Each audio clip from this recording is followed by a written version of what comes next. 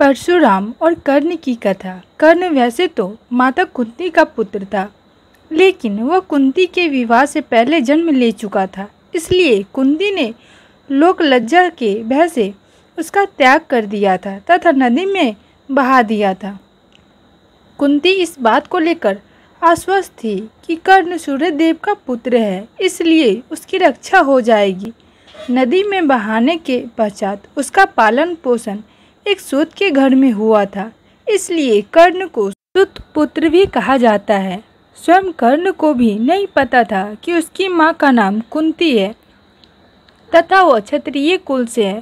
क्षत्रिय कुल से होने के कारण उसके अंदर पहले से ही अस्त्र शस्त्र की विद्या प्राप्त करने की इच्छा थी। एक दिन इसी इच्छा स्वरूप वह गुरु द्रोणाचार्य के पास गया तथा उनसे शिक्षा ग्रहण करने की इच्छा प्रकट की। चूँकि कर्ण एक सूत पुत्र था, इसलिए गुरु द्रोणाचार्य ने शिक्षा देने से मना कर दिया। गुरु द्रोणाचार्य द्वारा नकारे जाने के पश्चात कर्ण क्रोध से भर उठा और अब उसमें गुरु द्रोणाचार्य के शिष्यों से भी महायोद्धा बनने की चाह जाग उठी। इसी आशा से वह भगवान परशुराम के आश्रम में पहुंच गया। परशुराम ने ही द्रोणाचार्य को शिक्षा प्रदान की थी, इसलिए कर्ण सीधे उन्हीं के पास गया कि भगवान परशुराम केवल ब्राह्मणों तथा विशिष्ट मनुष्यों को ही अस्त्र शस्त्र की शिक्षा देते थे।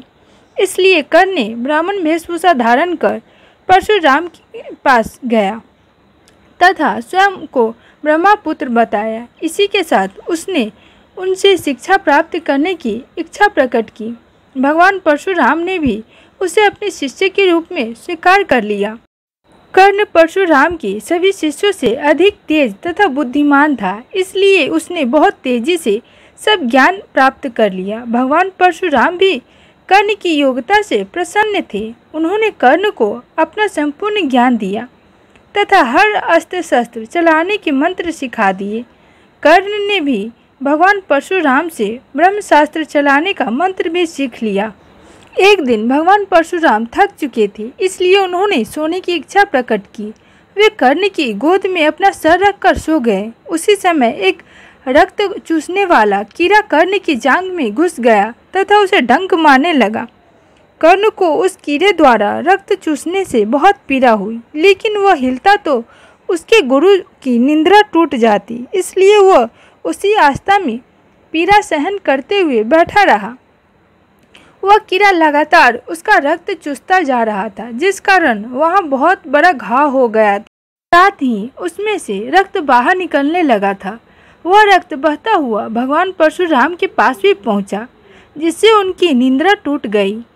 जब उन्होंने उठकर यह सब देखा तो उन्हें यह ज्ञान हो गया कि कर्ण ब्राह्मण पुत्र नहीं हो सकता, क्योंकि एक ब्राह्मण पुत्र में इतनी पीड़ा सहन करने की शक्ति नहीं हो सकती। उन्होंने जान लिया कि इतनी बड़ी पीड़ा एक क्षत्रिय ही सहन कर सकता है। इसी के साथ उन्हें इस बात का सबसे ज़्यादा क्रोध था कि उनके शिष्य ने उनसे असत्य कहकर छल पूर्वक उनसे शिक्षा ग्रहण की है, जबकि अपने शिष्यों को चुनने का अधिकार केवल एक गुरु का होता है। एक शिष्य की पहचान उनके गुरु से ही होती है, लेकिन कर्ण ने असत्य बोलकर उनसे शिक्षा ग्रहण की थी। इससे वे अत्यधिक क्रोधित हो गए तथा कर्ण को श्राप दिया कि वह जिस विद्या को सीखने यहाँ आया था वह उसका प्रयोग तो कर पाएगा तथा सर्वश्रेष्ठ धुरंधर भी बनेगा, लेकिन जब उसको अपनी ही विद्या की सबसे अधिक आवश्यकता होगी तब वह उसे भूल जाएगा।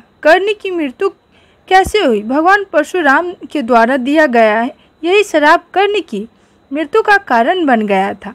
भगवान परशुराम के द्वारा प्राप्त की गई शिक्षा से कर्ण ने अपने जीवन में कई युद्ध जीते और कई महान योद्धाओं पर विजय प्राप्त की, लेकिन उसे अपनी विद्या की सबसे ज़्यादा आवश्यकता महाभारत युद्ध के समय भीष्म पितामह तथा गुरु द्रोणाचार्य के वध के पश्चात को कौरवों की सेना का नेतृत्व करने का अवसर प्राप्त हुआ था। वह पांडवों की सेना से त्राहिमाम मचाता हुआ आगे बढ़ रहा था कि तभी उसके सामने भगवान श्री कृष्ण अर्जुन का रथ लेकर आ गए। युद्ध भूमि में कर्ण अर्जुन के सामने पहली बार आया था और विश्व में इन्हीं दो योद्धाओं को सर्वश्रेष्ठ धनुर्धारी की उपाधि प्राप्त थी, किंतु भगवान परशुराम के दिए गए श्राप के अनुरूप कर्ण उसी समय अपनी सारी विद्या भूल गया और दैवीय अस्त्र शस्त्रों को चलाने के मंत्र भी भूल गया।